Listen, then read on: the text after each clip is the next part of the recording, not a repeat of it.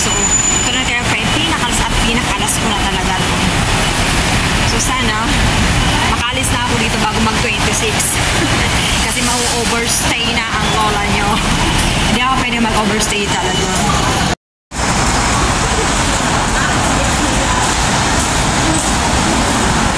Sa ngayon, natatanong ko na yung, yung MTRs, yung when. So, hanapin ko lang yung exit D. At doon ako mag-i-exit. At hanapin ko yung address na binigay sa akin. Kasi nga, doon ako bibili ng ticket ko. Kompleto naman yung address na binigay sa akin. Tingin-tingin tayo at look left. Meron may bangke. Kasi katatapos ko lang mag-extend ng another 3 days. Binigyan ako ng 3 days na visa.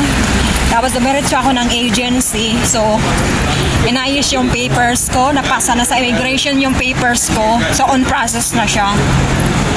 So, kailangan before 26, maka-exit na ako. Kaya 26, Sunday, pero hanapin ko yung exit D. Kasi yung exit D, doon ko hahanapin yung address na binigay sa akin. Kasi nga, doon ako maghahanap ng maghahanap ng bibilhan ko ng ticket. Ito yung Siung 1 exit E. So, pasok lang ako dito, hanapin ko yung exit D. Exit din na to ha. Ang tagal kong nahanap. Magtataksi na sana ako kaso nang hinayang ako kasi alam kong malapit lang. Medyo familiar kasi to sa akin. Yun nga lang, kahit familiar sa akin, hindi masyado akong gumagala dito. Ngayon lang talaga pumunta rito. Ito yung bibilhan ko ng ticket papuntang Macau. So, buti nga kahit medyo pagod sa kakalakad, nahanap ko rin. Ayaw ko mag-taxi kasi nga yung taxi minimum $27, diba? Sayang naman, malapit lang.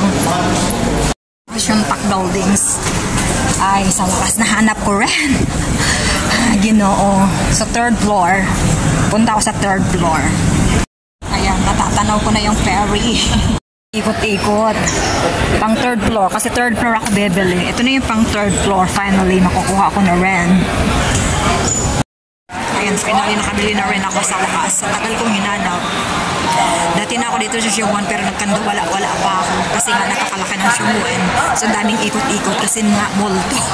Pero natandaan ko, pinapunta na ako rito ni Amo. Hindi ko lang talaga matandaan. Kasi pinapunta ko dito, gabing-gabi. Pinataksi lang ako. Kaya syempre, di ko talaga masyadong matandaan. So dyan ako bumili ng ticket ko. Ayan, welcome soon, Macau. Finally. So ngayon guys, kailangan ko nang bumalik sa agency para isahan na lang, wala na akong problema. Nakabili na ako ng ticket. Yung ticket ko worth, $190. So di ko alam kung shoulder ko yon o yung sa agency o sa akin talaga. So mamaya titingnan ko pa rin. Tinginin mamaya.